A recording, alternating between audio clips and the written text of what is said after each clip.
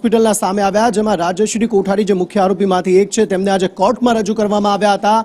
10 દિવસના રિમાન્ડ જે છે તેમના મંજૂર કરવામાં આવ્યા છે। મુખ્ય આરોપીમાંથી એક છે રાજશ્રી અને તેમના રિમાન્ડ મંજૂર કરવામાં આવ્યા છે। અનેક લોકોના મોતના આરોપી આ તમામને માનવામાં આવે છે। જિગ્નેશ પટેલ પાસેથી આ અંગે વધુ માહિતી મેળવીએ। જી જિગ્નેશ,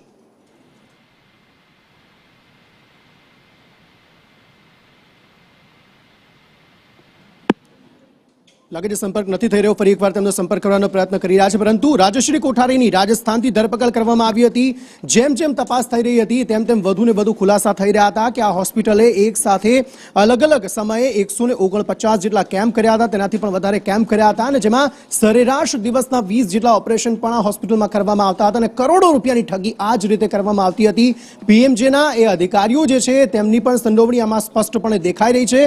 અને આજે જ્યારે રાજશ્રી કોઠારીને કોર્ટમાં રજૂ કરવામાં આવ્યા ત્યારે 10 દિવસના રિમાન્ડ પર તેમને મોકલવામાં આવે છે। જિગ્નેશ પાસેથી આ અંગે વધુ વિગતો મેળવીએ। જી જિગ્નેશ, અંકિત, વાત કરવામાં આવે તો પોલીસ દ્વારા આજે તેના 10 દિવસના રિમાન્ડની માંગ કરવામાં આવી હતી અને પોલીસના 10 દિવસના રિમાન્ડ છે તે મળ્યા છે।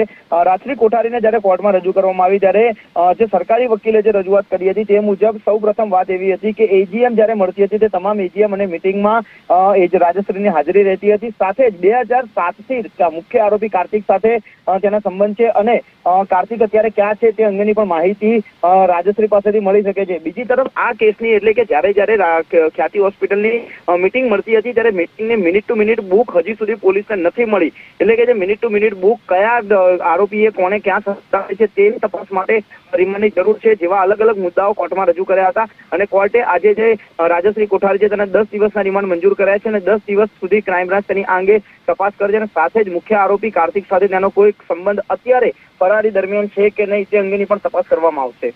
જી આભાર જિગ્નેશ સમગ્ર માહિતી આપવા માટે। રાજશ્રી કોઠારીના પતિની પણ વિગતો જે છે તે ક્રાઇમ બ્રાન્ચ હવે મેળવી રહ્યો છે, કારણ કે તેમની પણ સંડોવણી તેમની સાથે હોય તે પ્રકારની માહિતી પ્રાપ્ત થઈ છે। ઉપરાંત કાર્તિક પટેલ જે મુખ્ય આરોપી છે, જે પોલીસ પકડતી હજુ પણ દૂર છે, તેને કઈ રીતે ભારત લાવવો અથવા તો તે ક્યાં છુપાયો છે તેની માહિતી પણ હજુ સુધી ક્રાઇમ બ્રાન્ચ પાસે નથી અને તે મામલે પણ અત્યારે તપાસ કરવામાં આવી રહી છે। સમાચારો તરફ આગળ વાત કરીએ, વાત મોરબીની કરીએ। મોરબીમાં આંતરિક વિખવાદ જોવા મળ્યો છે।